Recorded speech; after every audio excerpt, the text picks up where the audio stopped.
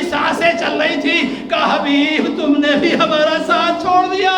اے عزادارو، حبیب کی آنکھوں میں خون آ گیا تھا. مولا نے اب جب مولا قریب گئے، حبیب نے کسی کی آہٹ کو محسوس کیا کہ اپنے مولا حسین کا دیدار کرنا چاہتا ہوں، حسین کا دیدار کرنا چاہتا ہوں. امام نے حبیب کی آنکھوں سے خون کو صاف کیا. حبیب تیرا مولا حسین آ گیا. اے میرے دوست، حسین آ گیا.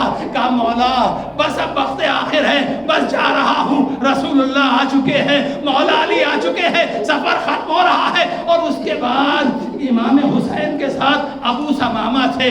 ایک مرتبہ امام فرماتے ہیں حبیب کچھ کہنا چاہتے ہو؟ کہا مولا آپ سے کچھ نہیں کہنا ہے. اشارہ کیا ابو ثمامہ کی طرف. ابو ثمامہ قریب آؤ، ابو ثمامہ قریب آؤ. ابو ثمامہ قریب گئے. کہا اپنے کان کو میرے منہ کے قریب لاؤ. ابو ثمامہ نے اپنے کان کو جناب حبیب کے قریب، منہ کے قریب کیا. کہا اور قریب کرو. اب جب گوش مبارک اور قریب کیا، کہا ابو ثمامہ ایک وصیت کرنا چاہتا ہوں. اللہ اکبر. اے حبیب تمہاری محبت پر سلام، اے حبیب تمہاری وفا پر سلام، اے حبیب تمہاری دوستی پر سلام. ابو ثمامہ ایک وصیت کرنا چاہتا ہوں. ابو ثمامہ نے کہا حبیب تم جا رہے ہو، پیچھے سے ہم بھی آ رہے ہیں. اب وصیت کا وقت کہاں سے ہے؟ میں تمہاری وصیت پر عمل کیسے کروں گا؟ کہا ابو ثمامہ میں وصیت اپنے بچوں کے لیے نہیں کر رہا ہوں، میں وصیت اپنے لیے نہیں کر رہا ہوں. ارے میں وصیت فرزند زہرا کے لیے کر رہا ہوں. اے ابو ثمامہ جب تک زندہ رہنا میرے مولا حسین پر کوئی آج نہ آنے پائے. لو عزادارو، حبیب دنیا سے رخصت ہو گئے، حسین مرثیہ پڑ گئے. اے میرے حبیب تم نے بھی ساتھ چھوڑ دیا. حسین کا ناصر دنیا سے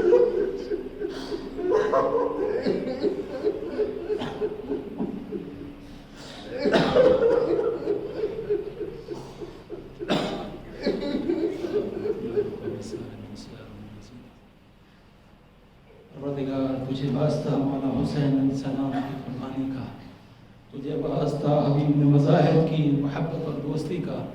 پروردگار ہماری قوم میں اتحاد و اتفاق پیدا کر، ہمیں سیرت مولا حسین علیہ السلام پر چلنے کی توفیق عطا فرما.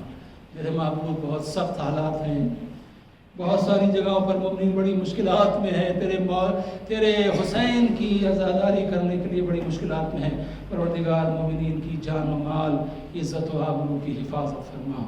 ہماری ماں بہنوں بیٹیوں کی عزت و آبرو کی حفاظت فرما. پروردگار ہمارے بچوں کو محبت محمد و اہل محمد علیہ السلام پر قائم رکھ.